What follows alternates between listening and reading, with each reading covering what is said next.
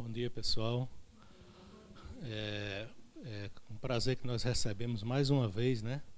Esse momento de reflexão do dia a dia, de trocar ideias, não é isso?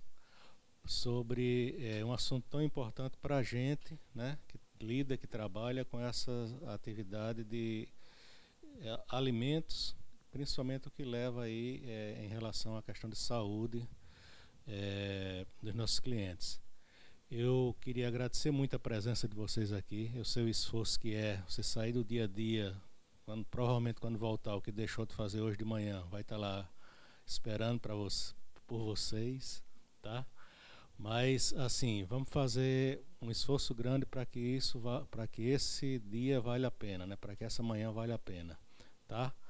Nós temos aqui várias representações: Rede Mais, Supercop, Bom Dia, mais alguém?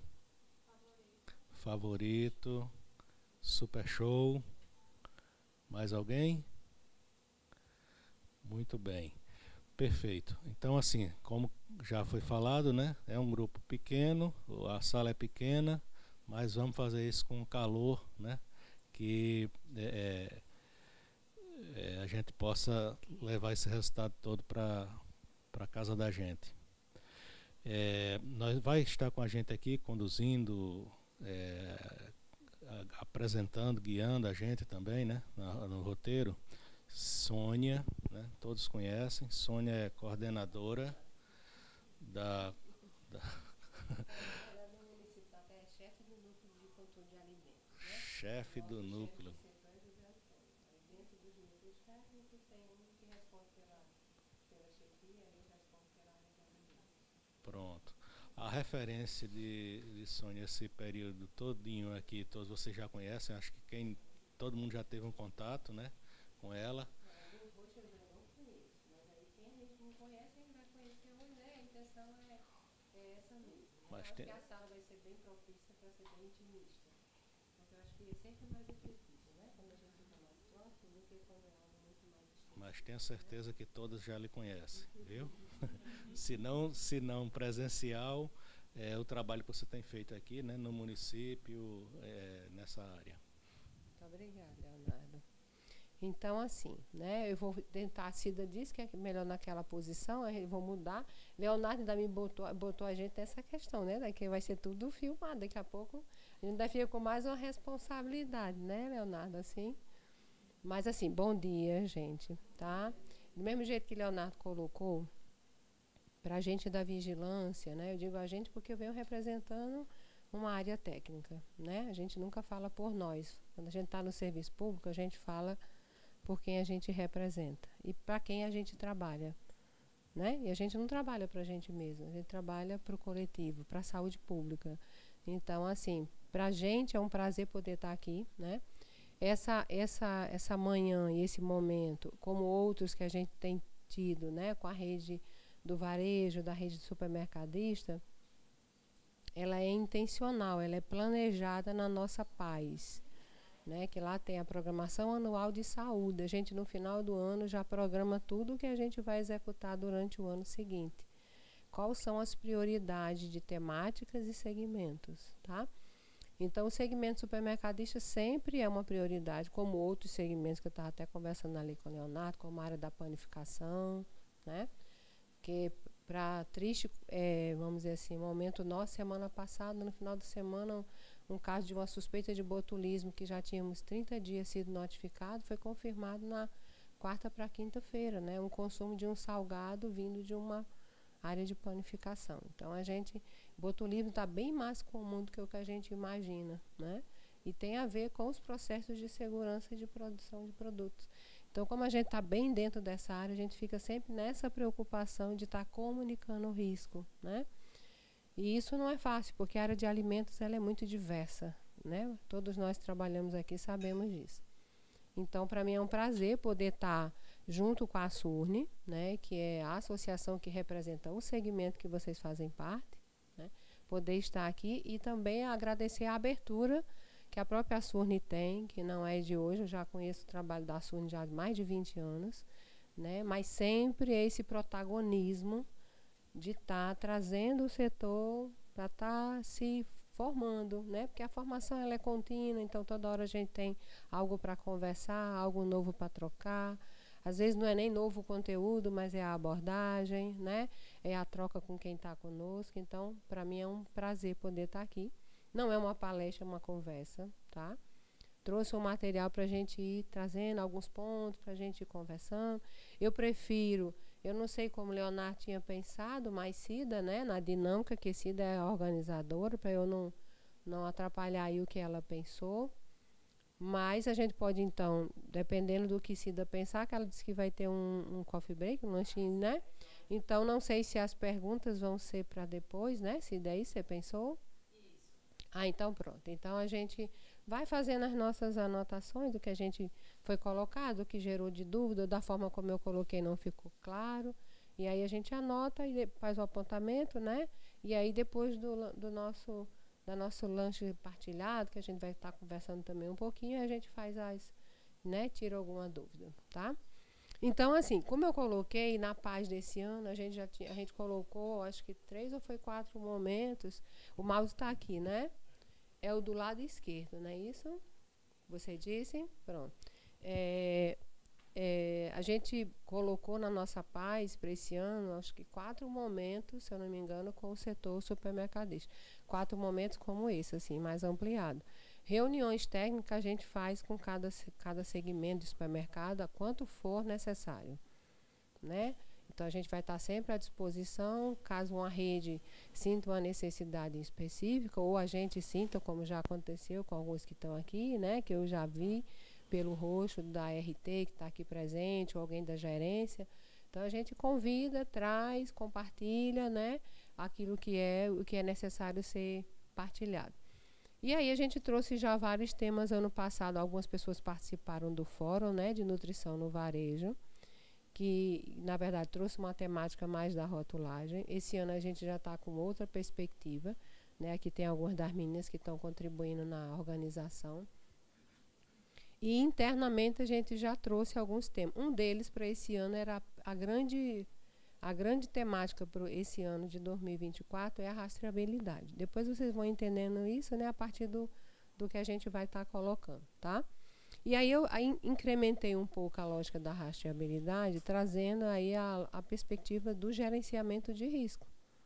Porque todos nós, quando trabalhamos com alimentos, seja na área da regulação, né, que é a área das vigilâncias, ou seja na área de quem executa o processo, o que a gente faz no dia a dia é gerenciar risco, né? A gente gerencia risco.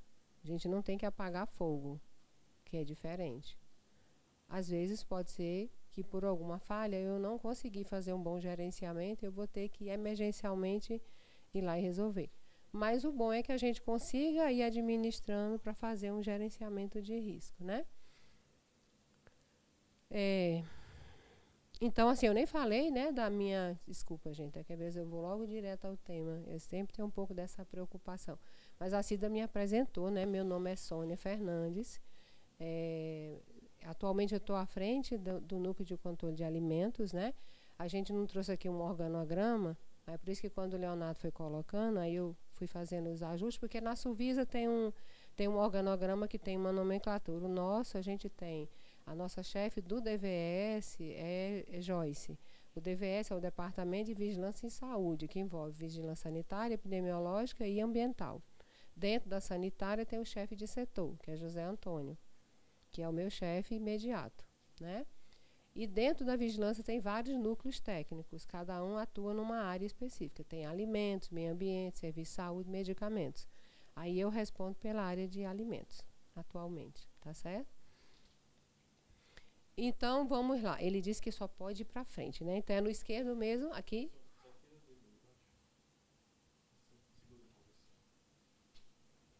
Então, eu vou pegar com essa mão. Certo, então eu vou pegar com essa. Obrigada. E só no do esquerdo, né? Pronto. Então, eu trouxe só para a gente pensar que quando a gente fala de rastreabilidade e pensa em saúde, em gerenciamento de risco, né? Hoje é uma temática mundial e a gente tem sempre que trazer isso para a nossa prática mesmo, independente de onde a gente está, né? Esse é um tema transversal e atual, que é a questão da saúde única. A gente faz rastreabilidade com a lógica de saúde única, porque você vai pegar a cadeia produtiva como um todo. Isso na lógica de que as pessoas venham a ter saúde, tá? Então, a saúde única, ela teve agora em 2024, em janeiro, né? Ela foi instituído o Dia Nacional. E a saúde única é aquela que reconhece a conexão entre a saúde do homem com aquilo que está em torno do meio ambiente, a parte vegetal e animal. E se a gente trabalha com alimentos, a gente o tempo inteiro trabalha com saúde única, né? Claro. Porque eu estou pensando no foco de uma pessoa que vai consumir o alimento, mas aquele alimento é de origem vegetal ou é de origem animal, não é isso? E aí eu preciso, e tem a questão da sustentabilidade ambiental dentro do meu processo de produção.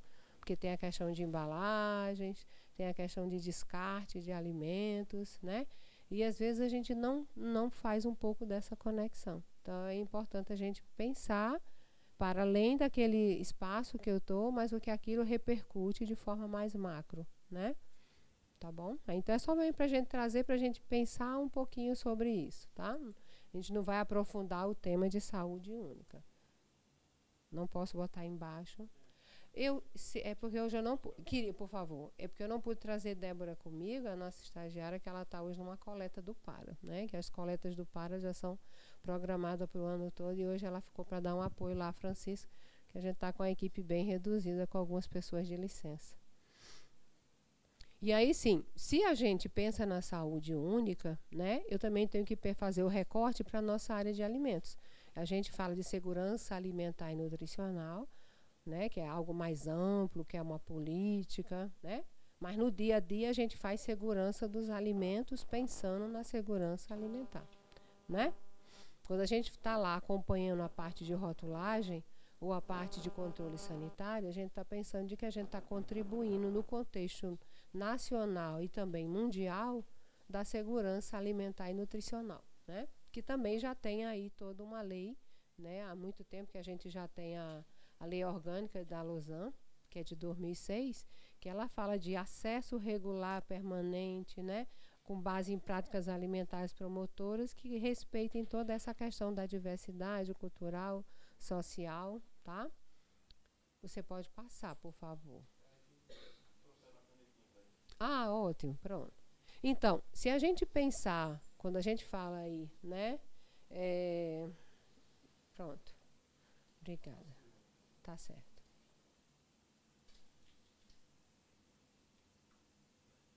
Volta.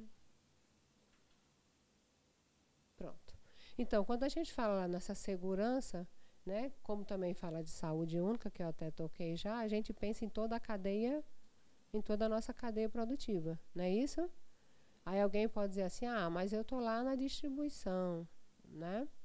Então, como é que eu vou impactar toda uma cadeia produtiva?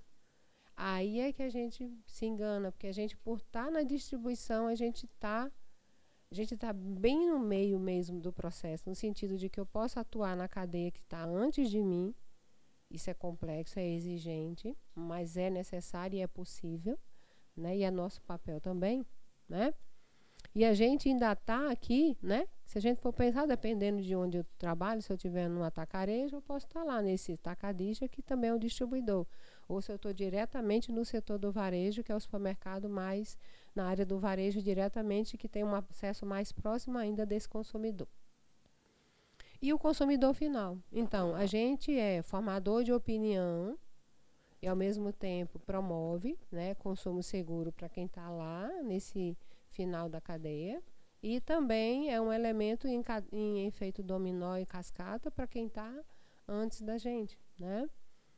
Que aí vai desde a produção. E aí a gente vai estar tocando nesse ponto, porque quando a gente fala de rastreabilidade especificamente, a rastreabilidade ela está bem voltada para o que está lá na produção primária, né?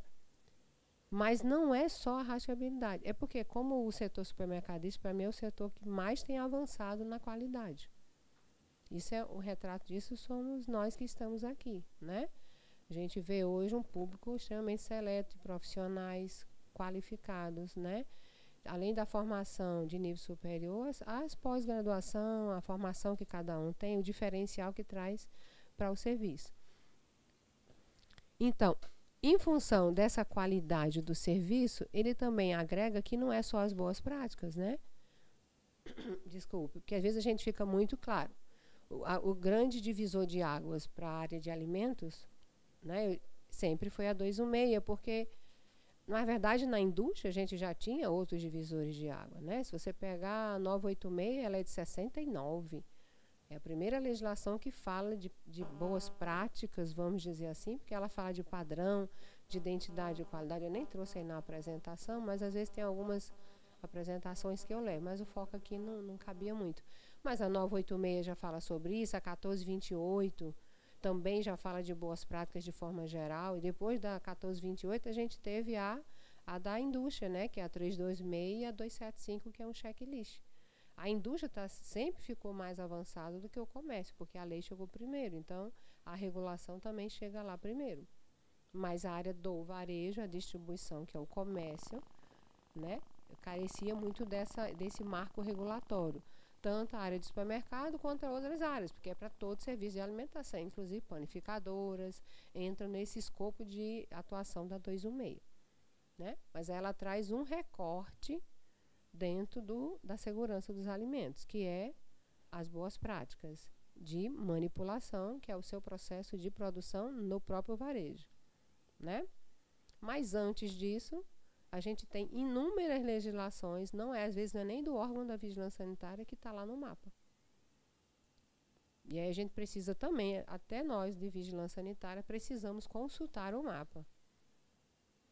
Às vezes o próprio setor supermercadista não entende, mas é porque existe uma outra lei que diz que um órgão não pode haver superposições de fiscalização. Então, aonde é de competência do mapa, eu não posso ter controle. Então, para a gente não errar no sentido de passar por cima ou de muitas vezes a lei, que a gente não vai dizer que sabe todas as leis, ninguém sabe de todas as leis. Né? E lei não é para saber de qual, é para a gente consultar. Mas cabe a gente, se você sabe que tem uma lei que regula aquele item, cabe a você acionar o órgão. Então você faz uma consulta técnica. Acontece com a gente o tempo inteiro nas inspeções. Né? Isso daqui não é nosso, isso aqui vamos consultar o mapa para ver o posicionamento do mapa. Porque às vezes, para além da lei, o órgão pode ter uma compreensão de aplicação. E isso aí só quem sabe é ele, não somos nós, entende? Então cabe a gente consultar. E aí quando a gente sabe que pode ter um risco, a gente faz o quê? Pelo princípio da precaução, pede à empresa para, vamos dizer assim, suspender o processo até a gente ter um retorno mais concreto do órgão, né? Mas sempre pensando toda a cadeia, né? E na cadeia, além da cadeia, pensando nas competências dos órgãos, né? Porque existem coisas que são da Anvisa, competências que são do mapa, competências que são de outros órgãos. E aí a gente tem que ter esse cuidado para trabalhar a lógica da saúde única, respeitando as especificidades de cada órgão, né? Para a gente não atropelar as competências. Esse primeiro apontador, não é isso? O primeiro para apontar, não é isso? Não é? Porque ele não tem a luzinha, mas acho que é. Então é esse daqui, perdão. Então eu acho que eu apertei o errado. É esse aqui, pronto. Então, se a gente vai lá, né, para as categorias de competências da agricultura, né? Então, que é aqui o símbolo do mapa, né? Então, são os produtos vegetais in natura, os produtos vegetais minimamente processados. E olha que quando a gente chega nos supermercados, a gente vê lá o minimamente processado, não vê? Em alguns. E muitas vezes a gente deixa lá a empresa fazendo e a gente acompanha só o quê? Só como é que está o critério das boas práticas. Mas, via de fato, se ele for in natura e minimamente processado, ele passa pela lógica do acompanhamento do mapa. A questão de sucos, de fruta, hoje que tem muitos supermercados hoje que já tem uma máquina, né? É um processo industrial mais simples, mas ele faz um uso, né, de extração de um suco de fruta, ele invasa, né, e ele rotula. Então, a própria instrução normativa do mapa, ela diz que isso é de competência do mapa. Aí o que nós fizemos até uma consulta, acho que faz um tempo, né? acho que tem uns 15 dias atrás, para uma determinada rede em específico, aí o que é que o mapa colocou? Não, realmente, se ele definir um dia de validade, tudo bem, é só com vocês aí da vigilância. Resolvam se eles controla as boas práticas para a produção também, porque não é só porque está lá que vai fazer numa área que não está adequada ou de um processo não adequado. Mas se passar de um dia, aí já é do mapa. Você vê como isso é específico, né? Não, se ele centralizar a produção, resolveu que vai ter uma unidade de produção do suco e vai descentralizar para todas as lojas. Aí já é do mapa, já também não é nosso. Tá? Então, são especificidades que cabem àquele órgão, né? Para vocês verem como isso é complexo. Então, tudo que a gente vai fazer nesse setor, a gente tem que ir lá consultando os órgãos. Para a gente não ir fazer e depois a gente não tá adequado, né? Isso aqui eu estou trazendo mais geral, gente. Não tem nem nada a ver diretamente com rastreabilidade. Mas é importante para a gente poder também se situar um pouco no processo, né?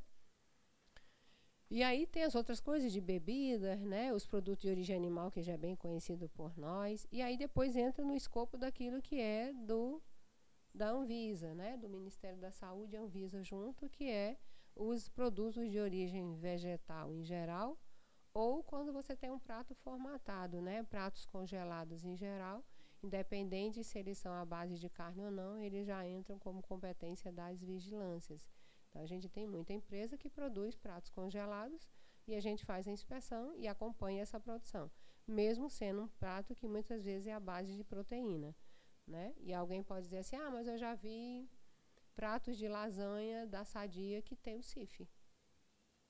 E qual é a diferença de uma lasanha lá industrializada que veio da Sadia para uma lasanha de uma pessoa que vai trabalhar com um prato congelado, né? A gente também já teve essas dúvidas. E a gente também teve que fazer consultas. Porque dúvida não é problema, gente. Dúvida a gente sempre vai ter. O importante é que a gente faça a consulta técnica para a gente ter a confiança de que está fazendo a melhor forma, né? Do jeito que vocês têm dúvida, nós também temos dúvidas. As dúvidas fazem parte de quem executa processos, né? Se a gente não tiver dúvida, tem algum problema. Não é não? Eu sempre penso assim, se a gente não tiver dúvida, agora o que tem que passar não pode deixar de acender a luzinha amarela para a gente ir perguntar. Porque senão cai na naturalidade de que tudo pode. E não é assim, nem tudo pode. E se pode, tem que ter o controle, né? É só a gente fazendo assim, eu acho que tudo funciona tranquilo. E aí entra para a área das vigilâncias, né? A parte do controle sanitário, ele é parte do acompanhamento da rastreabilidade. Porque quando a gente faz controle sanitário, não é só de boas práticas, né? Você tem que fazer o controle, até o nome sanitário, obrigado. O controle sanitário, que eu disse assim, da garrafa que eu tinha mais na mão foi a que eu trouxe. O controle sanitário, ele não é só sanitário, né? Porque quando a gente fala de sanitário, parece muito controle higiênico. Se tiver baixo, o que eu estou falando, é só pedir para eu levantar aí que eu tenho o meu tom de voz é meio baixo. E como ele disse que o microfone não era, aí eu fui só mantendo o tom da voz. Então, o controle sanitário, ele é para além só do higiênico sanitário. Ele também vai no contexto nutricional e nos controles porque a rastreabilidade, que a gente está conversando, que é o foco principal, é eu saber quem produziu, quando produziu, como é que eu vou trabalhar com as boas práticas, qual é um dos primeiros requisitos lá da 216, quando não é a parte de edificação. Porque tem a parte de edificação, mas depois tem a parte de matéria-prima, né? Ingredientes, embalagem, qual é a primeira coisa? É a gente ter os dados do meu fornecedor. Seleção da matéria-prima, seleção do fornecedor. Pronto. Então, quer dizer que eu tenho que selecionar o fornecedor, definindo os meus critérios de qualidade. Qual é um critério de qualidade? Rastreabilidade. Porque se o produto me der um problema, eu vou saber de quem eu comprei e chegar até lá. Senão eu me perco no caminho, né? A mesma coisa é a rotulagem. Porque a rotulagem, os dizeres de rotulagem, eles vão garantir também uma rastreabilidade. Porque eu estou trazendo rastreabilidade aqui para o produto de origem vegetal. Né? No tema eu nem coloquei muito isso, mas porque a gente também ia passear por um pouco mais amplo. Mas o recorte é bem dentro do vegetal. Mas a rotulagem, em geral, também é um indicador para acompanhar rastreabilidade, né? Porque aí eu tenho uma gama de informações. Vai desde a rastreabilidade, né? Porque eu sei quem produziu, quando produziu. Aí tem a validade, né? Que até depois eu vou ver com vocês, porque saiu o novo guia, né, de validade dos alimentos. Nós já tínhamos esse guia que norteia, né, as empresas a definirem os seus prazos de validade, tá? Ou seja, além do estudo de prateleira, algum outro acompanhamento, mas já existe esse guia que ele é desde 2018. Ele foi atualizado agora, tá? Então, vocês podem olhar lá, porque isso ajuda muito na hora que eu estou na empresa, estou elaborando um produto lá e preciso ver que prazo de validade eu vou estar definindo para isso, né, para o produto. Então, validade é um outro critério também, que faz a rastreabilidade. Porque a partir da data de validade, eu sei quando eu fabriquei. Se eu sei quando eu fabriquei, qualquer falha nesse dia, eu vou acompanhar pela data de fabricação. E isso é uma rastreabilidade. Não é no foco que a gente vai trazer da rastreabilidade, o recorte de vegetal, mas é uma rastreabilidade. E às vezes a gente faz aquilo tão no automático que a gente não reflete que é uma rastreabilidade. É uma forma de acompanhar o meu processo. Pronto, nessa casa agora do surto de botulismo que eu comentei no início, né? A primeira coisa que a vigilância vai porque um caso para botulismo já é considerado um surto, pela gravidade da doença, porque a pessoa ainda está internada ainda em estado grave, né? Porque como ele atinge a parte neurológica, então é muito complexo, né? Então, um surto não é só pela quantidade, mas pela gravidade. No caso de botulismo, a gravidade é bem específica, né?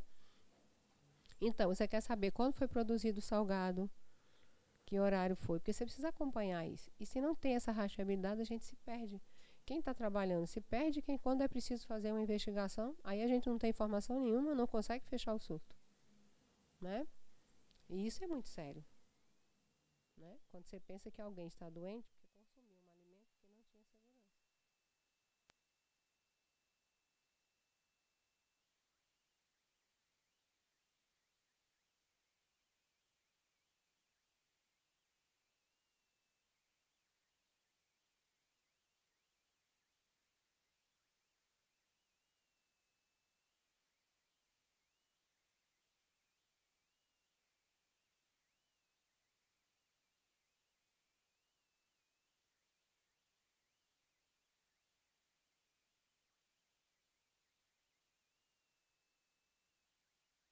Gabriela, tem coisa no SUS que não funciona. Como tudo na vida, tem coisas que não funcionam, mesmo no setor privado, né? Mas o Sistema Único de Saúde é o melhor sistema de saúde que nós temos. E tem países que queriam ter igual o nosso e não tem, porque as pessoas conseguem ter acesso. Claro, a gente tem uma política pública que precisa de um financiamento maior e tem um financiamento menor, né? Mas eu faço questão de trazer isso porque a área da vigilância é parte do Sistema Único de Saúde. E a gente está em todos os ambientes, desde serviços de saúde, medicamentos, alimentos, garantindo prevenção e promoção à saúde. Isso aqui é uma ação de prevenção e promoção. E isso é só o SUS que faz, né? Então, o SUS ele é fantástico. Eu sempre trabalhei na área da saúde pública, era a área que eu sempre quis trabalhar. Sou realizadíssima, porque eu queria fazer nutrição por escolha, fiz por amor, por escolha, né? Tenho mais de 30 anos de formada. Eu terminei em 89 na UFRN. Sempre trabalhei na área de saúde pública e para mim é uma satisfação. Quando fui professora substituta na UFRN, foi na área de saúde coletiva, dentro do departamento de saúde coletiva, e para mim é um orgulho, né? E é um orgulho sempre falar do Sistema Único de Saúde. E vigilância sanitária só tem no SUS.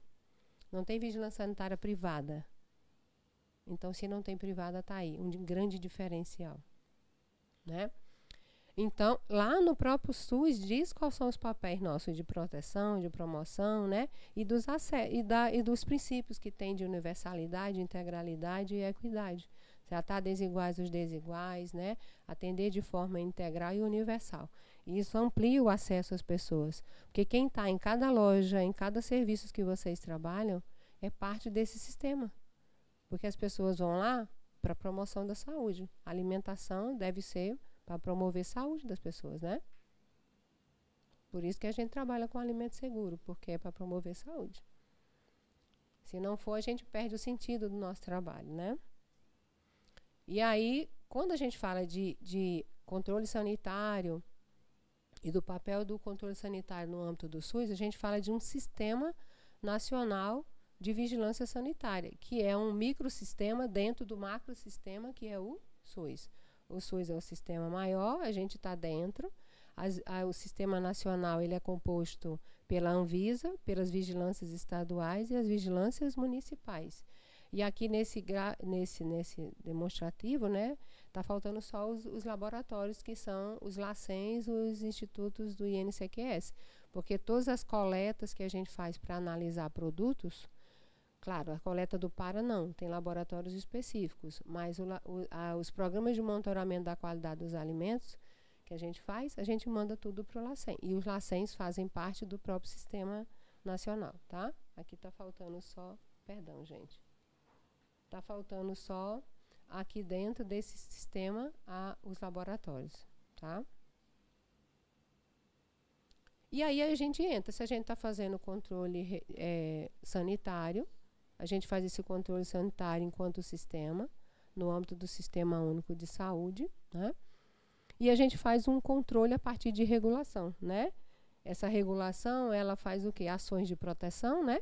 Porque o grande escopo da vigilância é ações de promoção, né, para alimentação adequada e saudável. Lembrando que esse adequado e saudável vai desde o controle sanitário até o nutricional. Porque não dá para ser adequado se sanitariamente não for adequado, né?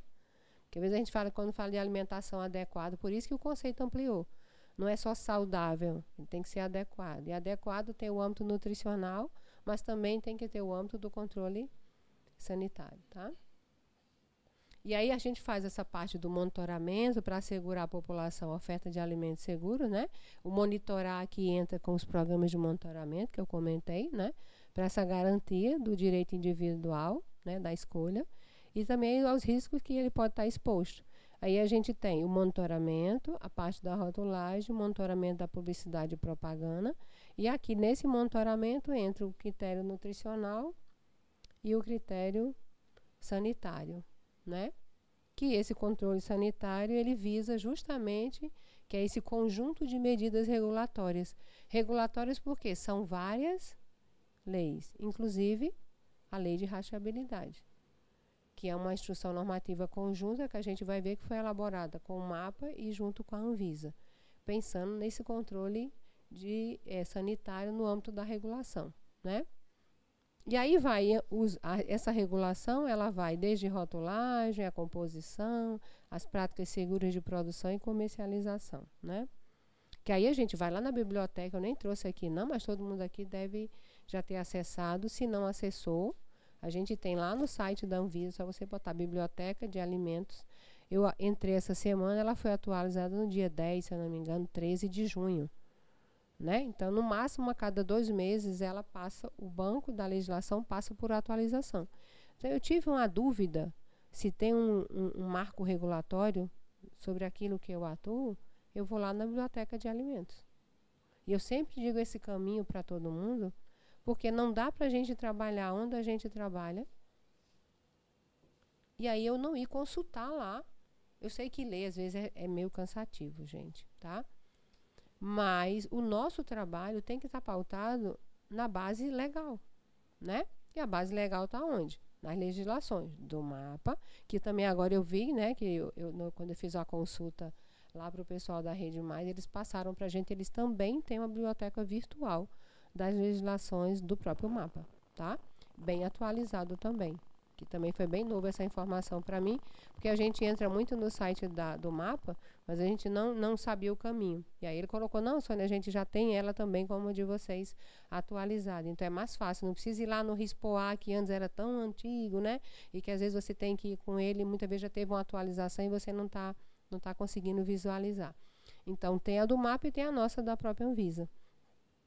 Que aí você tem lá o sumário, né, como chama-se, na verdade, as indicações de qual é a legislação que você vai estar buscando. Eu quero ver se eu posso usar esse aditivo na minha área lá da panificação.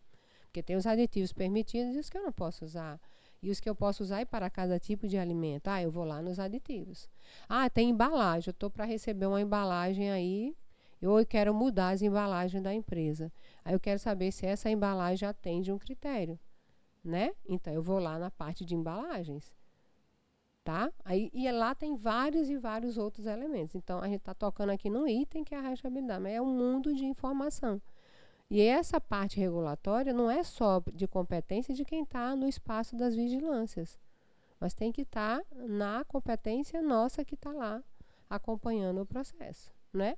Claro, eu posso ainda ter alguma dúvida, pois não. Só para avisar para o pessoal que tem água e café aqui na entrada, viu, pessoal? Se alguém quiser levantar para tomar água, um cafezinho, tem aqui, pessoal. Tá ótimo, muito bem, Cida. E podem ficar à vontade, podem ir lá pegar e volta, né? Então, estou só trazendo essa informação que todo mundo já até sabe, mas é só para a gente ainda mais socializar de que esse espaço tem que ser um espaço comum para todos nós, tá certo? E claro, pode ser que eu pegue lá a lei e fique com um monte de dúvida, né? Mas aí eu já chego lá no órgão fazendo o quê? Olha, eu vi essa legislação, né? Fiquei com a dúvida nesse ponto. Eu não estou conseguindo entender como é que eu vou fazer a aplicação. Pronto, mas eu já fui direcionada. Lei é para isso, né? É para mais ou menos nos nortear. Pode ser que fique claro como eu vou fazer o processo, ou pode ser que não. Aí eu vou lá e tiro a dúvida com quem. Mas eu já sei que tem um norte. Não vou ficar, eu estava fazendo isso e nem sabia. Mas, porque a gente passa lá e faz a consulta, tá? Isso aqui não vai precisar, que eu já coloquei, né? Mas aqui eu vou só trazer esse ponto aqui de baixo, né? Que tem essa parte de pós-aeroportos e fronteira, que é bem da Anvisa, né? Mas esses outros aqui fazem parte de todos os entes, tanto o estadual quanto o municipal. O licenciamento, a fiscalização, né? Que eu não gosto muito do termo fiscalização. Acho que ele diz pouco do que a gente faz e traz um estigma muito negativo para a palavra fiscalização, né? Eu prefiro controle sanitário, inspeção sanitária, porque o controle ele é mais amplo, né? Porque você, dentro do controle, você faz a parte de orientação, você faz a parte de inspeção sanitária, é mais amplo o controle, ou a inspeção sanitária, o termo é bem mais amplo, né? Mas a maioria dos nossos documentos ainda trazem muito essa abordagem da fiscalização. Então, o licenciamento, essa fiscalização, né, dos órgãos, de acordo com a sua competência, se é dentro do estado ou do município, e a comunicação de risco, né? E aí a gente está aqui, falou de gerenciamento de risco, né? Lembra que a gente botou rastreabilidade, gerenciamento de risco. Como é que eu faço o gerenciamento de risco? Tem as etapas. Eu tenho que identificar o risco, avaliar o risco, e depois eu preciso comunicar o risco. Porque se eu não comunicar, não foi efetivo. Né? Porque alguém que também poderia contribuir do longo, dentro de toda a cadeia, não vai poder contribuir porque ficou só comigo lá, né? Mas a gente precisa dar, vamos dizer assim, visibilidade ao que é o risco. E isso cabe a gente, né, como profissionais que trabalhamos nessa área de nível superior, de também trazer isso para aqueles que são os nossos colaboradores, né? Porque o colaborador, ele é o seu grande gerenciador de risco no dia a dia. Você está lá, você faz o macro, mas quem faz o micro no dia a dia é quem está lá todos os dias. Né? E se a gente pensar que aquela pessoa também, qual é a formação dela, qual é o processo de vida, de acesso que ela teve à informação, de acesso a várias coisas, isso vai interferir claramente no processo dela no dia a dia, né? Porque se ela morar num local onde ela não tem água corrente, então com certeza talvez ela tenha muita dificuldade de lavar as mãos todas as horas e todos os dias em cada troca de etapa. Se ela chegar na loja, eu vou dizer que é para fazer, só que ela passou a vida inteira sem ter acesso a isso. Então ela não vai com certeza numa qualificação de 12 horas, mesmo que é o que está previsto hoje no decreto municipal nosso, não vai dar conta ainda. Até porque se é melhoria contínua, é todo dia. Porque mudança de prática exige muito tempo, né? Então, é importante a gente pensar que essa comunicação de risco, ela passa por várias questões, inclusive a parte de educação permanente nossa nos serviços para estar executando as melhorias, né? A parte de eventos adversos, que eu nem trouxe aqui, mas a gente hoje já faz parte do nível nacional. Eu fui indicada, né, eu e outro técnico de serviço de saúde, para a parte de nutrivigilância, que hoje já é um outro pacote bem ampliado da Anvisa para estar avaliando eventos adversos a partir de consumo de alimentos em geral, né? Porque do jeito que medicamentos têm efeitos adversos, na área de alimentos também tem, né? E essa parte de recolhimento, você monitora e recolhe. Que aí no recolhimento é importante ter a rastreabilidade e ainda ter o quê? Cumprir a legislação de recolhimento. Existe hoje uma legislação específica que é para fazer o recolhimento, né? Porque se um produto está não conforme, teve algum risco, eu preciso fazer o recolhimento. E a gente que também está no varejo tem que pensar nisso. Ainda mais que vocês devem ver, a gente sempre publica lá no Instagram da Vigilância, eu até vou consultar a Anvisa que eles não mandaram mais nenhum informe, não sei se eles estão mudando dentro do REALE a forma de fazer a comunicação para os municípios, mas ano passado a gente fez 150 cards de comunicação de risco. Todos foram publicados no Instagram.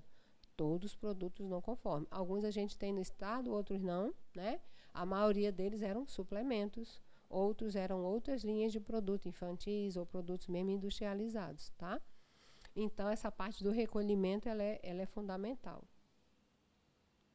E aí, quando a gente fala de controle sanitário, a gente fala de controle pré-mercado e de controle pós-mercado. E é importante para quem está no setor, né, do varejo entender que existem essas duas formas de controle da linha dos produtos, né? O controle pré-mercado reúne as medidas adotadas pelas vigilâncias antes do início da atividade do estabelecimento ou de uma fabricação e importação, né? É um controle que compreende a licença sanitária do estabelecimento e a regularização do produto. A gente tem muito isso na área da indústria também. Mas não é só na indústria. Muitas vezes no comércio pode ser que eu comece a fabricar um produto. A gente não tem essa prática no comércio, gente, mas seria necessário. A indústria, vamos dizer, a Santa Clara, né? Ela é inspecionada por nós. O produto da Santa Clara vai para o Brasil inteiro, para fora do Brasil, né? E hoje ela já produz até suplementos. Então, quando a gente foi fazer a inspeção desse ano, que eu fui com a equipe, a gente fez a parte do café, dos produtos à base de café, ela faz a moagem, que é um KINAI, a elaboração de produtos à base de café, que é um outro KINAI, e ainda tem a parte dos suplementos que ela vai agregar agora no KINAI secundário, porque não tinha no KINAI dela, né? O Ultra Coffee e outros são suplementos. E aí é uma legislação específica, que tem uma rotulagem específica, tá? E um controle diferenciado também. Então, quando a gente pensa nessa questão da importação, né, e exportação, que entra com o papel da Anvisa, aí a gente também tem essa interface com a Anvisa, e uma outra ferramenta que as indústrias utilizam é a comunicação do início de fabricação. Ou seja, todos os novos produtos que a Santa Clara faz, ou qualquer outra empresa que é uma indústria, ela tem que comunicar previamente ao órgão. Porque, vamos dizer, eu fiz o licenciamento esse ano. Aí, no final do ano, ela resolveu que vai lançar um produto novo. Aí existe um formulário específico, obrigatório, critérios de lei que ela tem que cumprir para ela iniciar essa fabricação e comunicar a vigilância. O produto não pode ir para o mercado sem ter sido comunicado à autoridade sanitária. No comércio, isso não funciona muito assim, né? A gente está lá no supermercado e resolve que vai fazer um produto novo, uma linha nova de um produto. A gente começa a fazer isso, né? Sem essa devida comunicação. O que isso acarreta? O que vocês acham, assim? Acarreta como a gente tem. Às vezes você elabora, pensa que vai elaborar a parte de suco. Aí você diz assim, não, mas elabora aquilo junto de uma outra área que já faz um outro processo e você não tem o acompanhamento, ela estava deixando um dia ou estava trabalhando com a validade um pouco maior. Aí é nosso ou é do mapa? Porque muitas vezes isso não é comunicado, isso acontece, fica dentro da loja. Quando a gente vai na inspeção é que a gente identifica, mas a gente fica muito voltado para o processo como um todo. Não entra na especificidade de cada produto, que é impossível também isso, né? Então, para vocês verem como essa questão do controle pré-mercado, ela é importante. Porque às vezes eu agrego um processo novo, mas eu não tenho área adequada para ele. E a gente vai aumentando a complexidade dos processos, mas as instalações não acompanham. Aí a gente vai depois, faz o que acontece? Perde o controle. Né? Isso na indústria é bem mais alinhado. Se eu vou fazer uma linha, eu penso qual é os equipamentos, qual é as instalações, qual é os processos, quem vai acompanhar. No comércio, isso às vezes acontece de forma muito, assim, é uma necessidade, aí eu vou ajustando, né? Então, é algo que a gente também precisa pensar para melhorar o controle. E o pós-mercado, está claro o nome, que é aquilo quando ele já tá no comércio, né? Pode ter se liberado o produto e, de repente, você vê que tem uma não conformidade ou pelo acondicionamento ou alguma falha no processo que você não percebeu, né? Tá certo? Aqui a gente teve um tempo, acho que quando foi assim que eu estava na chefia de alimentos, que a gente recebeu uma denúncia de uns vidros de café solúvel que tinha cacos de vidro, né? Porque o vidro, quando você no fechamento, pode acontecer. Então aí você tem que ir à empresa, fazer a rastreabilidade, fazer o recolhimento do lote. Por isso que hoje o recall, que antes era só um POP dentro da 275, hoje ele não é só um POP, ele é uma legislação que é a legislação de recolhimento. Porque a empresa já tem que definir até qual vai ser os dizeres que ela vai publicar para a Anvisa, para o comércio, para a sociedade em geral, para fazer esse recolhimento. Existe toda uma etapa para fazer isso. Hoje não é mais só um POP. Para o comércio também. Porque antes o recall ele era muito um POP aonde? Na 275 para a indústria. Porque a 275 é uma lista de verificação da indústria. A partir da gente perceber que o comércio também gera novos produtos, a própria Anvisa publicou a lei de recolhimento. E o recolhimento é para todos. É para o comércio e para a indústria. Tá certo? Isso. Porque a gente trabalha muito com a 216, né? Aqueles recortezinhos dos nossos 4 POPs. Mas a gente precisa ficar atento que existem legislações a mais e que podem incrementar os meus POPs, não ficar só nos 4, inclusive a parte de recolhimento, que ele já não necessariamente seria um POP, mas ele precisa ser uma prática que a empresa tem que estar adotando, né? Porque aqui é o controle pós-mercado. O produto já está sendo comercializado, mas também tem que avaliar se ele está cumprindo as exigências. Quando ele não tiver, ele precisa ser recolhido, né? Porque alguém denunciou, alguém percebeu um dano, né? Ele identificou um risco e teve um dano.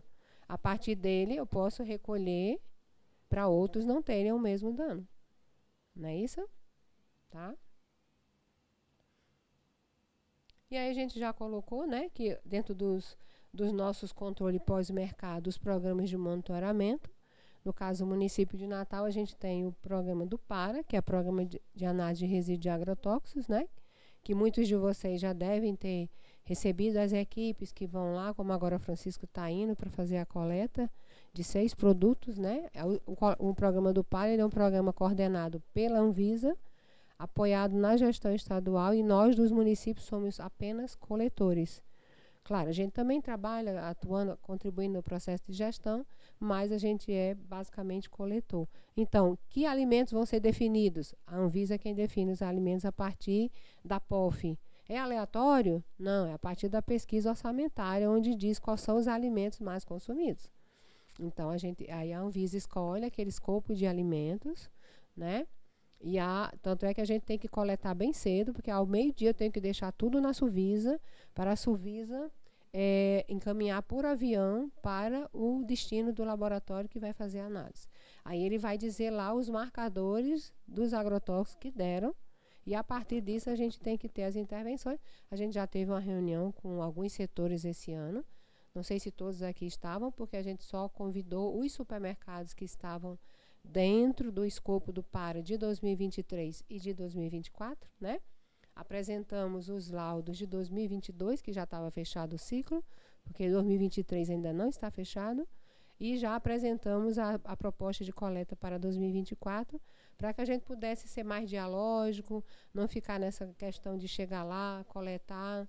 Muitas vezes o próprio supermercado só fica sabendo no dia, né? E também já deixar claras as medidas que a gente está fazendo em relação a ir atrás de melhorar essa rastreabilidade na Ceasa, melhorar essa rastreabilidade nos supermercados. A gente tocou um pouquinho rastreabilidade lá, foi muito geral, porque a finalidade maior era apresentar mesmo, né, os laudos, mas vocês estão vendo que o tema de rastreabilidade daqui tem uma relação com o que a gente viu, porque a própria Anvisa também perguntou para nós o que nós estávamos fazendo com os laudos do PARA, né? Então, a gente entrega o laudo, quando recebe, entrega um termo dizendo que a empresa mude de fornecedor, melhora o seu processo de controle das boas práticas, mas a gente estava percebendo que muitas empresas ainda mantinham os mesmos fornecedores. E a partir desse ano a gente vai ter que ser um pouco mais incisivo, talvez até de autuar a empresa, se ela permanecer com o mesmo fornecedor. Por quê? Para penalizar a rede de supermercado? Não. Porque na hora em que ela sabe que foi autuada, ela vai dizer, não, então agora realmente, já fui orientado 2 anos, não mudei, vou ter que mudar. Aí ele mexe com quem? Lá no início da cadeia produtiva. Né? Porque é a maneira que a gente também está fazendo para ajudar o setor para que ele possa também fazer esse efeito lá na cadeia. A cadeia é nossa? Não, é do mapa. Produção primária toda do mapa. Bom dia, fica à vontade. A produção primária é toda do mapa. É outro órgão, né? Mas a gente também tem que ter a responsabilidade de dar conta no nosso ponto, para a gente não ser negligente. Porque senão você fica assim, não, mas se era do mapa, aí o mapa teria que ter toda a cadeia já adequada. Mas nem sempre é assim.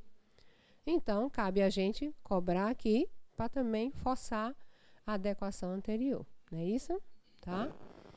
Tem o programa municipal, né, que a gente faz de qualidade dos alimentos. Esse ano a gente pactuou os gelados comestíveis, o café, farinha de rosca, os folhosos, sushis, hambúrgueres artesanais. Tem também a parte de ervas e temperos, né? Tem outros produtos. Cada ano a gente vai pactuando a partir de quê? Denúncias, problemas que a gente vê naquele segmento, né? A gente agora fez de gelado, deu um problema em uma das empresas de gelados, então você vai lá, senta com a empresa, né? Farinha de rosca, porque a gente entende que é um produto, hoje ele é extremamente complexo, porque se você chega com todos os supermercados, cada um define uma validade, mas se a gente tem um guia que padroniza o prazo de validade, né, de acordo com o produto, com alguns critérios, então está muito sem controle esse processo. Além disso, a gente vê que falta, às vezes, os controles das boas práticas. Né? Porque que pão é esse que eu uso? Onde é que está condicionado? Mas se eu dou uma validade de 1 dia para o pão, não é contraditório eu pegar esse mesmo pão amanhã, que eu disse que era 1 dia, e aí eu pego ele e reprocesso com outra linha, e depois ele tem uma outra validade?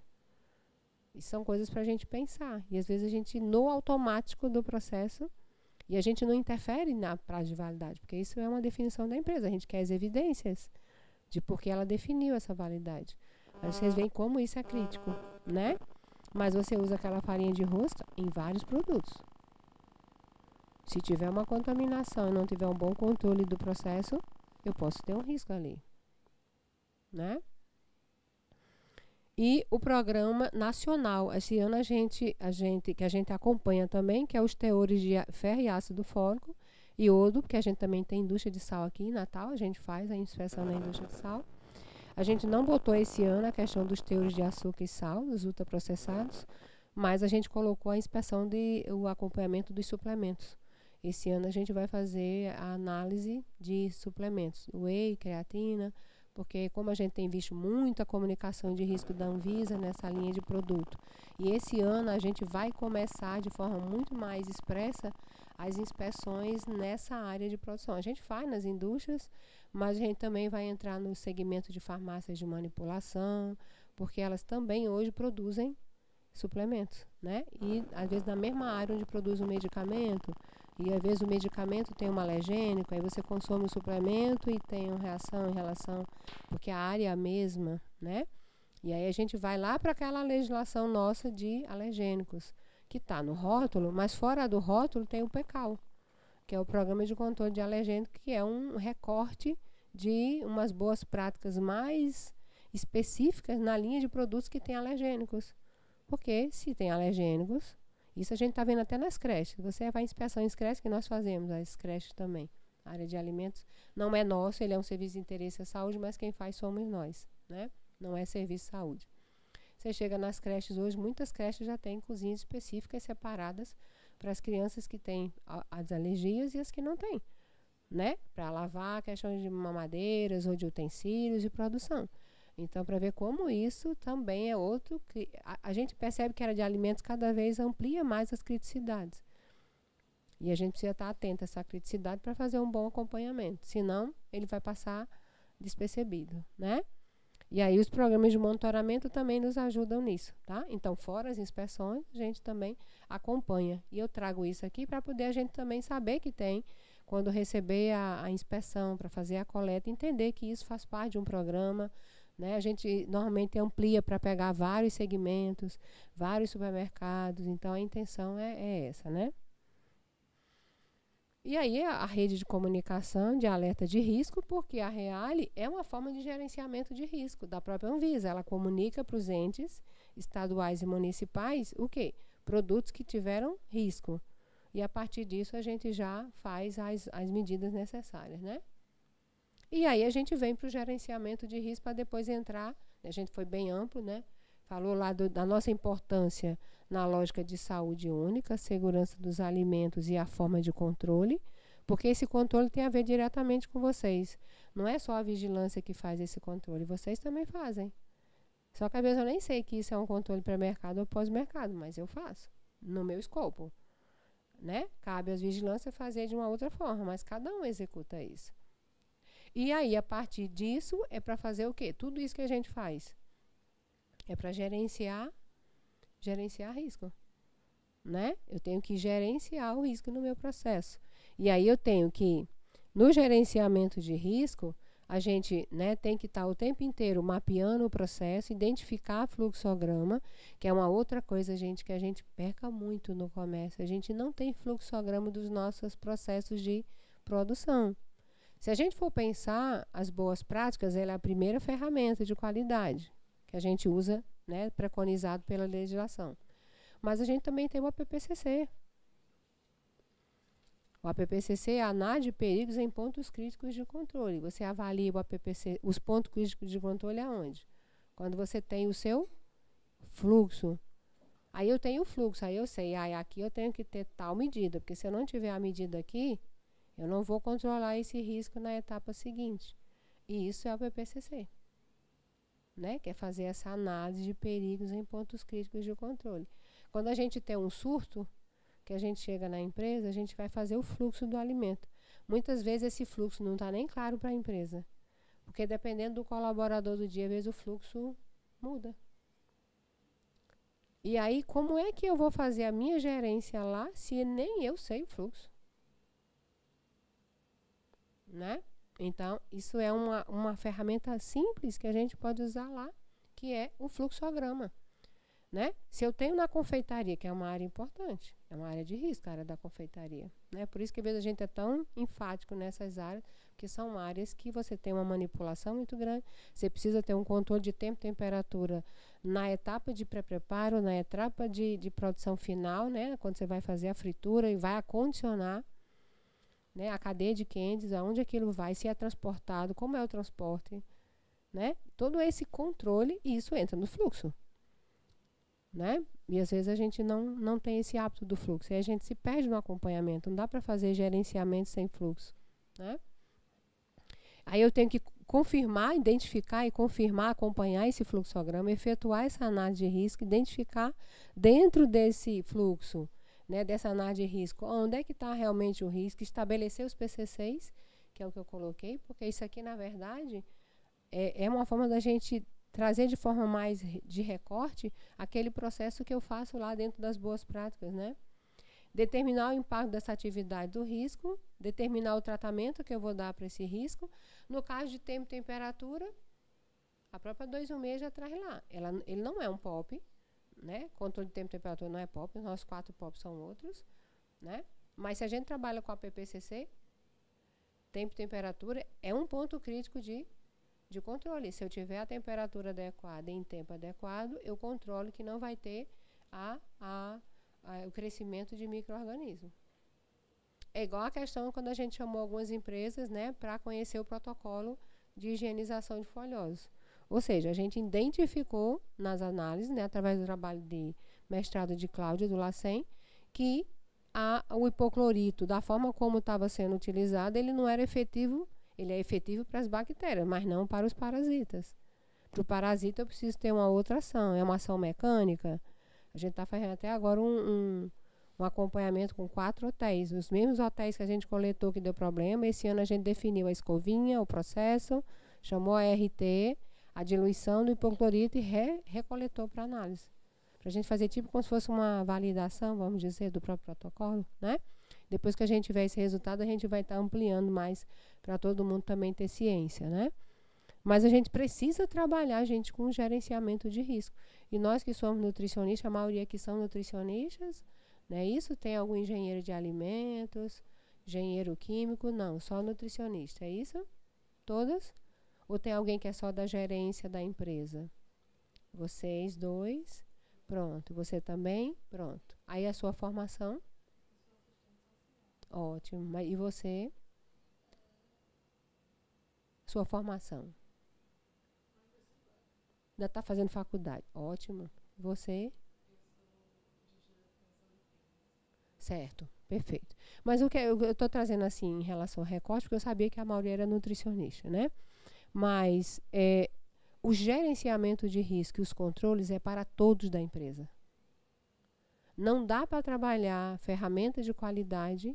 A gente colocou isso na instrução normativa que a gente publicou em 2022, se eu não estiver enganado, tá? Que está para ser atualizado.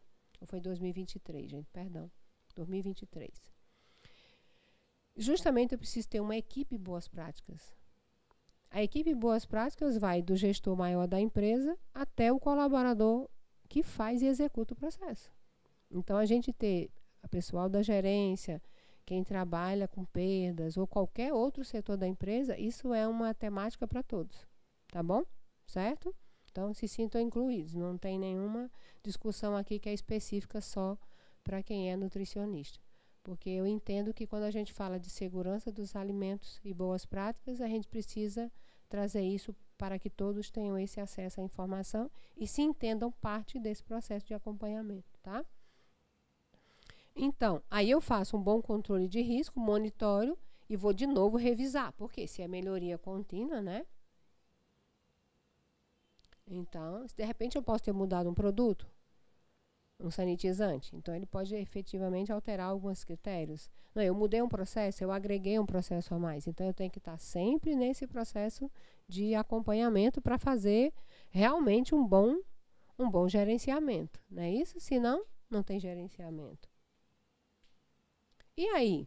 Como a gente já viu as etapas, né, eu não trouxe detalhado, porque não era o foco a gente falar só de gerenciamento de risco, mas se vocês quiserem, outro período a gente pode trazer vários materiais sobre gerenciamento de risco, que eu acho que ele é fundamental para quem trabalha com a questão das boas práticas, né? Mas a gente viu as etapas de forma muito geral, mas o mais importante para mim, dentro do gerenciamento de risco, é depois de eu fazer tudo aquilo internamente no acompanhamento, eu faço o quê? Eu vou comunicar o risco. As pessoas precisam identificar comunicar para quem? Primeiro a gente comunica interno, né? Porque se eu estou fazendo um gerenciamento de risco, é dentro do meu processo de produção, dentro da minha empresa. Então eu preciso que todos os colaboradores, todo mundo que está na empresa entenda quais são os riscos. Preciso comunicar esse risco interno. E ao mesmo tempo, se for necessário, eu preciso comunicar externo também, né? Então essa comunicação ela é parte integrante e essencial da gestão. Porque ela vai estabelecer o processo que ele é bidirecional, né? Daqui para lá e de lá para cá, precisa haver essa comunicação, de modo que as decisões, né, bem informadas, possam ser tomadas sobre o nível de riscos e sobre a necessidade de tratamento, de acordo com os critérios que o risco já se faz necessário ser estabelecido. Tá? Então, essa comunicação ela é interna e, ao mesmo tempo, ela é externa. Porque, às vezes, a gente faz uma qualificação de um colaborador, mas a gente diz o que fazer, mas muitas vezes não fica claro o porquê eu tenho que fazer, porque é a comunicação. E aí, se não for significativa essa aprendizagem, ele não vai mudar a prática, porque ele não vai entender. né? E às vezes a gente tem uma comunicação, eu sempre digo isso lá no núcleo. Por mais que a gente se comunique, sempre tem ruídos de comunicação, né? E a melhor forma, eu acho que de enfrentar o ruído da comunicação é que ele seja muito transparente, né? E que não haja distância. Porque se eu me coloco naquela posição muito distante, não é significativo, né? Não, eu sou a nutricionista, não, eu sou a gerente, eu sou tal pessoa. Não, mas ali só vai acontecer o que você quer se o colaborador for fazer. Então, ele é parte integrante do seu processo. Ele é uma extensão do que você faz, né? Então, essa comunicação ela é fundamental. Não só o colaborador, mas também o alto escalão da empresa, né? Outros parceiros que a gente tem. Eu estou falando isso trazendo para um recorte, mas isso cabe para tudo, né? Cabe para tudo. E aí, hoje, né, a gente sabe que um primeiro gerenciamento de risco posto na legislação, que é na 66, na 418, né? Algumas são instruções normativas, outras são legislações mais gerais. Elas trazem já algo que a gente não tinha muito na área do licenciamento, né? Antes a gente dava entrada no alvará, esperava a inspeção e depois eu tinha o alvará. Hoje é assim? Ainda é assim?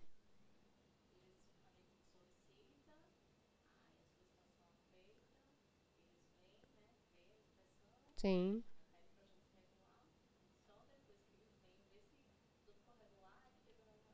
Pronto.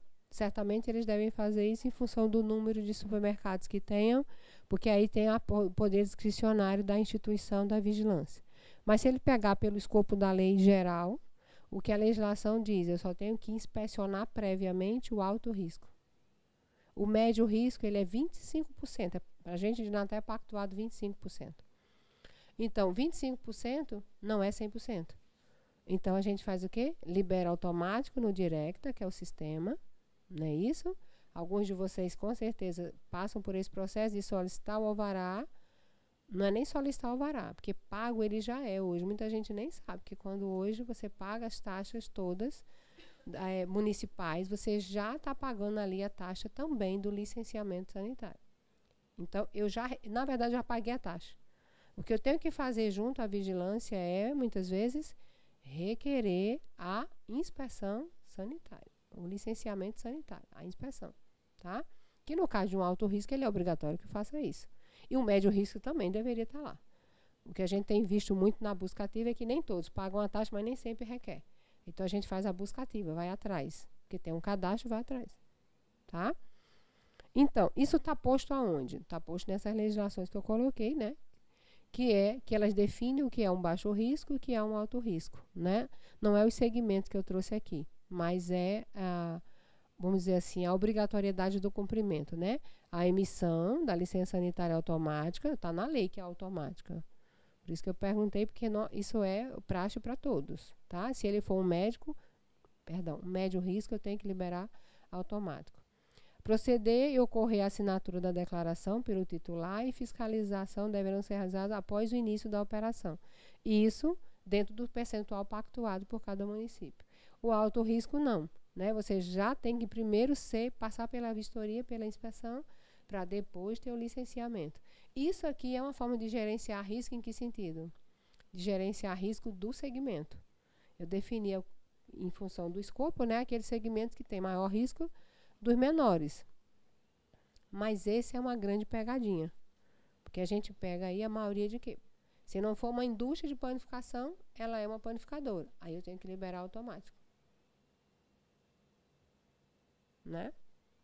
E 25%, como eu disse, não é 100%. Então, você só chega lá em 25%. E aí o risco de ter um processo de produção que tem risco. Mas não teve a inspeção.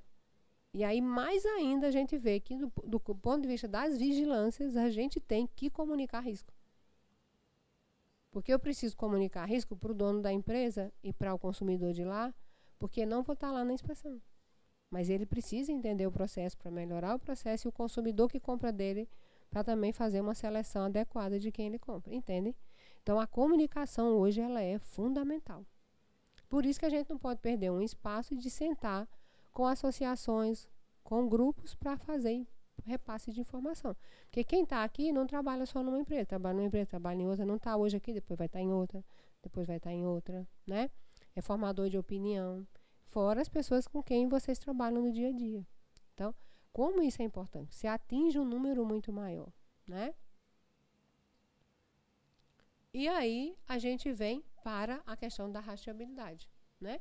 Depois que a gente viu esse geral, a gente vai para o tema mais específico, que é o quê? A rastreabilidade em si. Tratando na lógica de rastreabilidade bem no foco dos produtos de origem vegetal, né? E aí eu vou só historiar para vocês, a gente vai ter, acho que lá na frente, acho que eu deixo para apresentar, quando eu apresentar os dados do PARA, para eu não atropelar um pouquinho. Então eu vou direto para o escopo da lei. Então, a rastreabilidade, ela foi pensada em quê? Ela de fazer uma conexão entre aquilo que é da produção primária, que está lá no campo, para quem está em outros pontos da cadeia. Ela é uma legislação conjunta entre o MAPA e a Anvisa, né? Porque, na verdade, ela pega o universo da Anvisa e pega também o universo do MAPA. Por isso, ela foi elaborada em conjunto, né? E aí, essa rastreabilidade, ela engloba todos esses procedimentos que registram essas informações dos produtos de origem vegetal ao longo de toda a cadeia, para você acompanhar essa movimentação do produto, de quando ele sai de lá até chegar aos outros pontos da cadeia produtiva. Você consegue, com isso, identificar problemas durante a cadeia produtiva, uma vez que possui informações sobre o plantio, colheita, produtos químicos, características nutricionais, o trajeto e as certificações ou selos que aquele produto vem a ter. Aí eu me lembrei muito agora, né, as meninas aqui lá da Rede Mais, da fala do Dr. Eugênio, né? Ou seja, às vezes a gente traduz rastreabilidade como um QR Code. Acho que ele falou isso no evento lá da UFRN, né? Foi organizado também junto com a Suvisa. Mas rastreabilidade não se resume só a um QR Code. Um QR Code é uma ferramenta tecnológica que pode ser usada por aqueles que podem. Mas se eu não tenho, eu posso ter uma planilha com o nome do meu fornecedor e com os controles que ele executa lá, né? Para a gente não engessar também de entender que uma coisa está ligada necessariamente à outra, né? E dentro da própria lei, né, ela, no seu artigo 1º, ela define os procedimentos para a aplicação da rastreabilidade ao ponto da cadeia, né, para os vegetais frescos destinados à alimentação humana para fins de monitoramento e controle de quê? De resíduos de agrotóxicos, que aí é justamente o ponto que a gente vai estar colocando um pouco mais lá na frente, né? Então, qual é essa legislação? É essa Instrução Normativa 02 de 2018, né? Então, ela coloca que essa rastreabilidade, a gente já sabe, né, que é para ao longo da cadeia produtiva dos vegetais frescos destinados à alimentação em todo o território, né? Ela é uma instrução normativa conjunta entre a Anvisa e MAPA. A rastreabilidade é esse conjunto de procedimentos que você vai adotar para detectar a origem e acompanhar a movimentação do produto ao longo da cadeia, tá? Mediante que informações? Qual é a informação que eu tenho que ter para garantir rastreabilidade? O que é o produto, de onde ele veio a sua origem, para onde ele foi, que é o destino, né? E aí ele precisa cumprir essas definições dentro da cadeia produtiva, né? Nas etapas contando produção primária, isso toda a sequência, tá vendo? Que não é só de lá, eu tenho que pegar toda a sequência de histórico, né? Lá na produção primária, quem produziu, aonde é o endereço, os controles, armazenagem, consolidação de lotes, embalagem, que às vezes isso aqui não acontece na produção primária, né? Pode ser que sim, pode ser que não. Pode ser que alguém produza, mande para um grande área de armazenagem, distribuição, e lá ele é quem armazena, consolida os lotes, embala, transporta, distribui, fornece para o comércio, e do comércio ele pode vir para o comércio interno, né? Ou para importar ou para exportar. Não é isso? Então, é toda essa informação ao longo de toda a cadeia com todos esses critérios de origem, quem produz e a sequência, né? E aí a gente vê que isso envolve e faz com que tenha que haver uma comunicação entre todos os entes da cadeia, né? Entre quem produz, com quem armazena, distribui, transporte, com quem está lá na área de distribuição mesmo, na área do varejo, que somos, né? Nós que estamos mais na área do comércio. Aqui envolve o âmbito da vigilância, nesses aqui envolve bem o mapa, né? E aí, em o inciso 5, ele coloca que o ente é toda pessoa física ou jurídica. Então, independente se ele é uma pessoa jurídica ou pessoa física, que às vezes a gente acha que se for pessoa física não é, né? Só se for empresa, não, pessoa física também, né? Público ou privado que desenvolve as atividades dentro da cadeia produtiva em todo o território. Então, envolve todos, né? E aí entra quem é a cadeia, o registro de quem está anterior com as informações do produto, fornecedor, nota fiscal ou equivalente a essa nota fiscal, e o posterior também, né? E aqui a gente vem com aquela questão do PARA. Qual foi as empresas aqui que já passaram pela coleta do PARA? Pronto. Então, e vocês estavam também naquela, acho que algumas de vocês estavam naquele encontro que a gente fez lá na vigilância, ou não? Não me lembro dela. Que a gente fez um encontro, convidou todos os supermercados, né? Que tinham participado da coleta de 2023, apresentamos os dados de 2022 e já o mapa de coleta para 2024, tá? E a gente falou um pouquinho, bem superficial, sobre rastreabilidade, porque a ideia maior é apresentar os laudos e o mapa desse ano, né? Então, a gente não entrou muito em muitos detalhes, mas trazendo que era importante trabalhar a rastreabilidade. E aqui a gente vem, ó, no artigo 8º, ele coloca, né, que do produtor primário e das unidades de consolidação. Essas unidades de consolidação é onde ficam armazenadas, onde é botado o lote, que muitas vezes é alguém que compra de toda a produção primária, eles chamam, né, a nível do mapa de unidades de consolidação, e consolida ali toda a produção para depois distribuir, transportar e distribuir para o varejo, né? Então, é manter esses registros, como ele diz aqui, registros de insumos agrícolas utilizados no processo de produção, ou seja, todos os agrotóxicos que ele utiliza, né, tempo de carência, qual foi o tempo que ele utilizou, se está adequado, tudo isso ele tem que ter o registro, né? E o tratamento fitossanitário, que isso aqui é um acompanhamento bem do mapa dos produtos vegetais, a data da sua utilização, né, do insumo agrícola que ele utilizou, a recomendação, que é o receituário agronômico, isso aqui é bem do mapa, gente, tá? Mas a gente sabendo dessa informação, eu posso ter esse registro dele. Porque isso ajuda para mim no meu controle.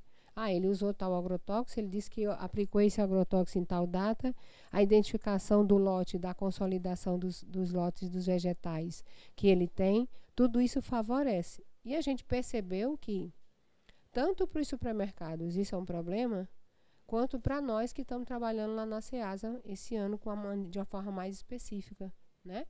Todas as empresas que solicitaram alvará, algumas delas são fornecedores dos supermercados, que a gente percebeu pelo PARA, né, pelo análise do PARA, e também não tinham rastreabilidade. E a gente começou a cobrar isso lá da Ceasa. Porque também, se ele é um intermediário na cadeia, ele também tem que ter. Então, ele peça lá, para a sua produção primária. Quando a gente foi fazer o trabalho agora com os hotéis para apresentar o protocolo, a maioria das nutricionistas dos hotéis colocaram que, mas os nossos fornecedores são esses. Não tem esse fornecedor que tem as boas práticas no campo. Que isso aqui, se a gente for traduzir, né, isso aqui é um critério que a gente tem que conversar uma lei com a outra, né? Elas não são desconectas. Então, eu estou dizendo que ele tem que ter um registro do que ele usa de agrotóxico. E de onde ele produziu e para onde ele vai. Mas, se ele tiver as boas práticas agrícolas, eu também vou ter esse registro. E já tem uma lei hoje falando sobre boas práticas agrícolas, né? No sentido até do uso muito recomendado, quando é recomendado do agrotóxico, ou então de não utilizar o agrotóxico, né? Mas ter as boas práticas no campo. E a identificação do lote, né? Identificação do lote, né? Que você consolida de acordo com o quantitativo de empresa, para também não ter mistura, né? Você comprar um vegetal folhoso, certo, Cida? Obrigada. Você comprar um vegetal folhoso de uma empresa e depois juntar com outra. Aí não é mais daquela empresa, é de outra empresa. Se você não tem a rastreabilidade, não tem essa rastreabilidade, você vai misturar. Né? E aí, de repente, o problema não é da empresa A, é da empresa B. Ou então o produto da empresa B tinha um agrotóxico que não era permitido, mas misturou o folhoso dela com o da outra, aí a outra se contaminou com aquele agrotóxico. Então, isso acontece até na nossa área. Se eu tiver um orgânico e um não orgânico na minha loja, eu estoco tudo junto? A gente colocou até isso no dia da nossa reunião lá. Estoca junto? É o mesmo colaborador que pega? Qual é o cuidado no manuseio? Porque senão eu posso fazer uma contaminação cruzada, pegar o agrotóxico que está lá na cultura que tem e passar, quando eu manusear, para o que é orgânico. Só que quem compra o orgânico quer comprar o orgânico porque não tem agrotóxico. E a gente pode misturar tudo lá. Aí já passou da rastreabilidade. Estamos falando de boas práticas já, voltando lá. Né? Porque às vezes a gente pensa em contaminação cruzada só naquele recorte, quando vai fazer um processo, mas nem sempre é. Nesse macro também posso fazer isso. Né? Esse macro também posso fazer. Cida disse que só tem 10 minutos. Vou correr o máximo. Então, aqui não preciso entrar em detalhes, que são os dados do registro, né? Essa apresentação eu peço para a Cida passar para vocês, mas seriam os dados que eu teria que ter no registro, né? Se fosse CPF, se fosse CNPJ, o lote, a variedade, a cultura, tá? Todos os dados que a gente teria que ter. E aí eu trouxe também, só para a gente lembrar, né? Como eu falei antes, porque se a gente fala de rastreabilidade, também tem que pensar em recolhimento, que já é uma outra lei. Porque se um produto está não conforme, ele precisa ser recolhido. Que é o que eu disse naquela hora, né? Que não é só um POP hoje mais, mas é uma legislação. É uma legislação bem recente, ela é de 2022, já estava no finalzinho, acho que bem no início do ano, mas já bem próximo do final da pandemia, né? E aí ela traz, inclusive, ela diz critérios de procedimento para recolhimento, inclusive in natura, em bebidas, águas envasadas, ingredientes, matérias-primas, aditivos, né? Ou seja, então é bem ampla. E outros materiais em contato com o alimento, é para tudo.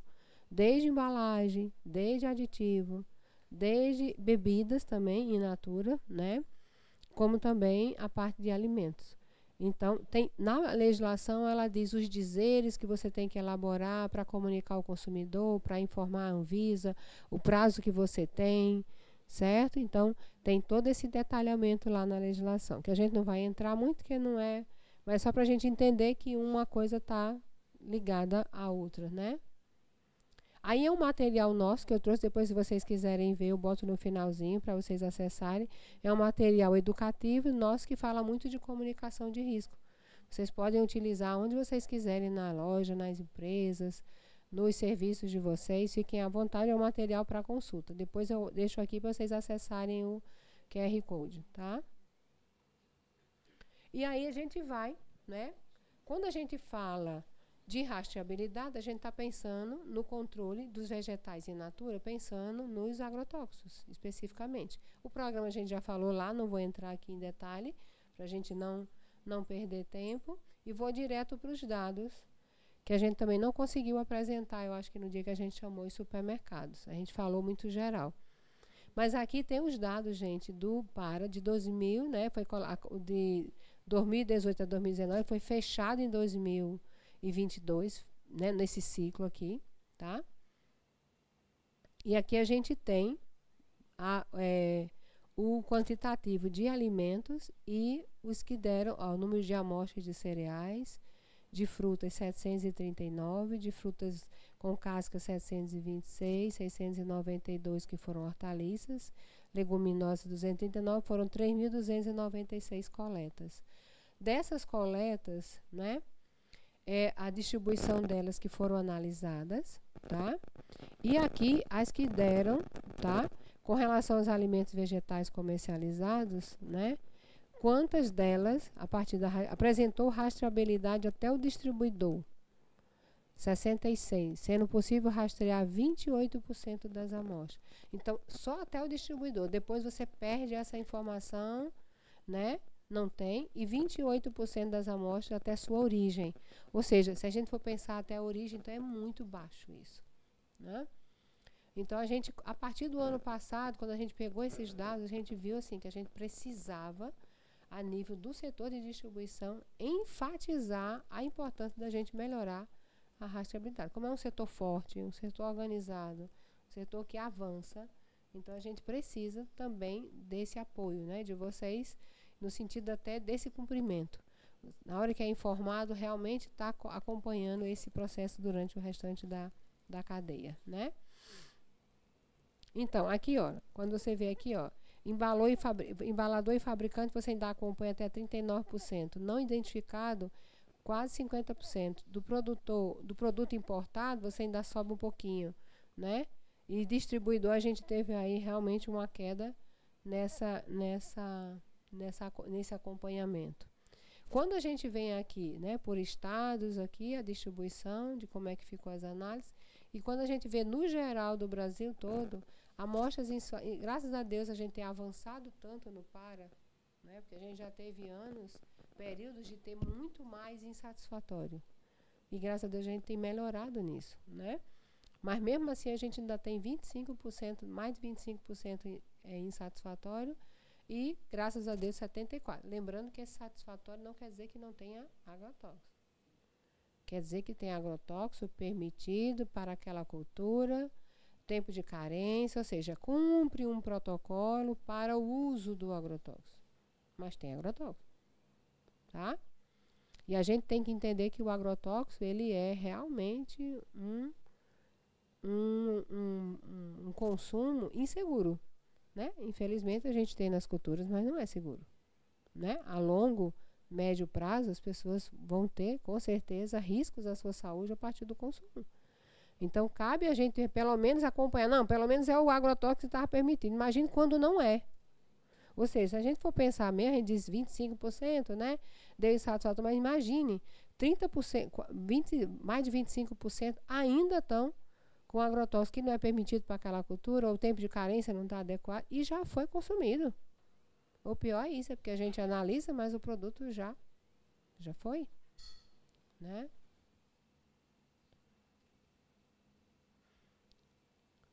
E aqui a gente já tem, né? Aquele era o ciclo 2017 até 2019, né? Que eu trouxe um paralelo para a gente acompanhar. E esse aqui já é o ciclo de 2022, que a gente só recebeu esses dados o ano passado, tá? Então, a gente vê que, ó, o número de coletas já foi menor, por quê? Porque 2022 só coletou a partir do segundo semestre de 2022. Né? Eu me lembro quando a Suvisa nos ligou para começarmos as coletas em 2022. Então, foi um número bem menor de coleta, porque não foi o ano todo, tá? Então, se a gente pegar aqui, também vem dizendo a distribuição, né, a partir dos alimentos. E olha só, a gente já conseguiu pegar do embalador e fabricante um percentual maior, não identificado ainda deu 16,2, quer dizer, também é bem elevado se a gente pensar que isso começou em setembro de 2022, ou seja, um percentual elevado, né? Ou seja, a gente precisa melhorar realmente esse acompanhamento na rastreabilidade para ter essa informação. E apesar, né, olha, continua o mesmo percentual. Apesar da gente ter um número de amostras menores, mas o percentual de insatisfatórios ainda é muito. Então, isso envolve que lá nas boas práticas do campo, se a gente está falando da contaminação cruzada no supermercado, você imagine lá de quem consolida. Se ele juntar várias culturas de vários fornecedores, também pode ter. Se faltar as boas práticas no campo, também vai ter. Então, a gente precisa trabalhar esse produtor na produção primária. Que aí não é só o mapa, a gente também tem uma responsabilidade dentro da cadeia, né? Porque não tem lá nas boas práticas, seleção do meu fornecedor, eu tenho que melhorar esse critério, acompanhar e isso exigir melhor essa informação para também ter o acompanhamento, né? Pronto, gente. Aqui estão algumas referências, tá? E aqui tem os nossos contatos lá da vigilância. Quem quiser nos seguir no Instagram, tá? E tá o Instagram, tem o nosso e-mail, telefone, tá? Eu acho que a gente conseguiu, dentro do tema, que a ideia era a gente falar um pouco do controle, entender que isso faz parte do gerenciamento e que esse controle não é só do órgão, mas é um controle nosso, né?